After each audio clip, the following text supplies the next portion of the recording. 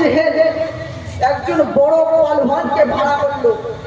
Utba শাইবা মিলে এমন এক বড় পালওয়ান, যেই পালওয়ানের সঙ্গে হাজার হাজার মানুষ যুদ্ধে করে লড়াই করে কোনোদিন জিততে পারেনি, ওই পালওয়ানকে আবু জেহেল ভাড়া করে আনলো।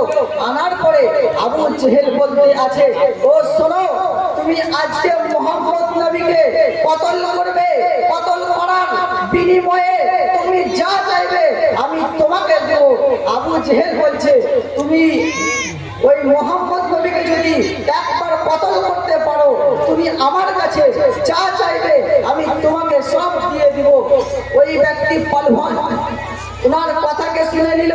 শোনার পরে যখন ওই পালওয়ান নবী মুস্তাফাকে কতল করার জন্য চলে গেল, দেখতে আছে যে দয়াল নবী মুস্তাফা রহমতের ভান্ডার, শাফাইল মুজতাবিন, রাহাতুল আশিকিন, নবী মুস্তাফা আমার ওযু করতে আছে, নবী আমার কুল্লি করতে আছেন, নবী আমার। ব্যক্তি এরকম দৃশ্য যখন নবীর দেখতে পেল, নবী মুস্তাফার ওযুর পানি এক ফোঁটা জমিনের বুকে ফেলতে দেয় না, এরকম দৃশ্য যখন নিজের চোখ দিয়ে দেখলো, এসব দেখার পরে ওই ব্যক্তি আবু জেহেলের কাছে গেল।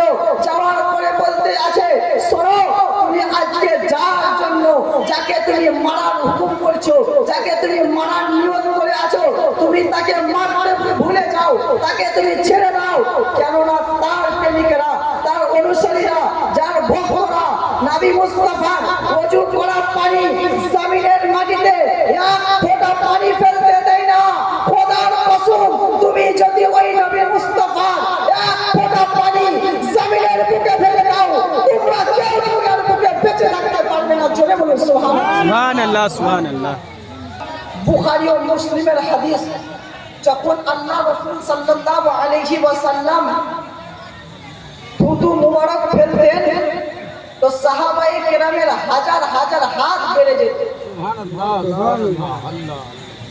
যখন নবী আমার থুতু ফেলতেন, সাহাবায়ে কেরামরা হাত যখন বাড়িয়ে দিতেন, কোন সাহাবীর হাতে থুতু পড়তো, তিনারা মুখের মধ্যে লাগিয়ে নিতেন, এবং জিনাদের হাতে থুতু পড়তো না, ওনারাও মুখের মধ্যে বুলিয়ে নিতেন।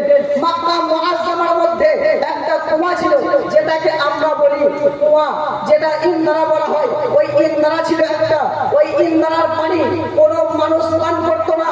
যেই দিনকে নবী মুস্তাফা আমার ওই কুয়ার মধ্যে থুতু ফেলে দিয়েছিলেন, ব্রাদারে মিল্লাতে ইসলামিয়া থুতু ফেলার কারণে ওই কুয়ার পানি মিষ্টি হয়ে যায়, আর ওই পানি যারাই পান করছে তাদের অসুখ ভালো হয়ে গিয়েছে, বালা মুসিবত দূর হয়ে গিয়েছে।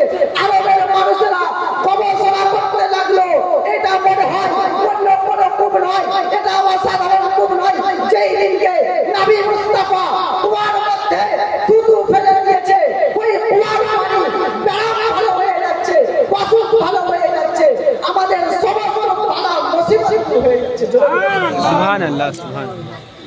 সেই নবী মুস্তাফাকে আজকে আপনারও আমার মতন বলেন, নবী আর আপনি কখনোই আপনারও আমার মতো নয়। একজন নবী মুস্তাফার সাহাবিয়া, উনি নবীর কাছে উপস্থিত হলেন। তার আগে নবী মুস্তাফা বলেছিলেন, জঙ্গের জন্য যুদ্ধ হবে, বেঈমান মুশরিকেরা আমাদের সঙ্গে যুদ্ধ করার জন্য আসতে আছে, তোমরা সাহাবী প্রস্তুত হয়ে যাও, তৈরি হয়ে যাও, আমাদেরকে যুদ্ধ করতে হবে। আল্লাহুস সামাদ। ওই মহিলা নবী মুস্তাফার দরবারে এসে বলে, ইয়া রাসূলুল্লাহ, ইয়া হাবিবাল্লাহ, নবী গো, আমার স্বামী আপনার জন্য আপনার সঙ্গে যুদ্ধের ময়দানে গিয়েছিল, জঙ্গে বদরে আমার স্বামী শহীদ হয়ে গিয়েছে। ইয়া রাসূলুল্লাহ, আমার যদি বাড়িতে কোনো সন্তান থাকতো, আমার যদি বাড়িতে কোনো যুবক মানুষ থাকতো, ইয়া রাসূলুল্লাহ, আপনার সঙ্গে যুদ্ধে করতে পাঠিয়ে দিতাম। কিন্তু ইয়া রাসূলুল্লাহ, আমার স্বামী বদরের যুদ্ধে শহীদ হয়ে গিয়েছে। কিন্তু ইয়া রাসূলুল্লাহ, আমার স্বামী যখন বদরের যুদ্ধে শহীদ হয়ে গিয়েছিলেন, তখন আমার গর্ভে একখানা সন্তান ছিল। ইয়া রাসূলুল্লাহ, সেই সন্তানটা আজকে আমার দুধ পান করতে আছে, ওই সন্তানকে আমি আপনার সঙ্গে যুদ্ধে দিতে চাই। আল্লাহুস সামাদ। নবী মুস্তাফা বলতে আছে, ও মহিলা, তুমি কি করে বলতে পারো ওই সন্তান আমার সঙ্গে যাবে,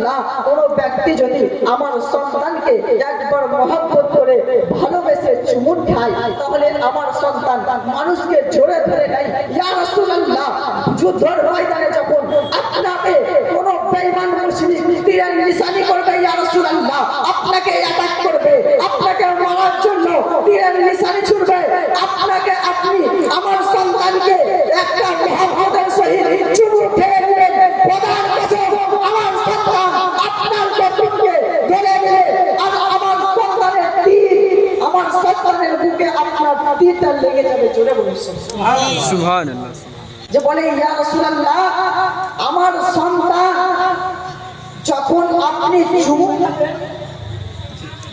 চুমু খাবেন তখন আপনার গর্দনকে ধরে নেবে আর যেই তীরটা আপনাকে নিশানা করেছিল ওই তীরটা আপনাকে না লেগে আমার সন্তান নিজেই নিয়ে নেবে জোরে বলুন সুবহানাল্লাহ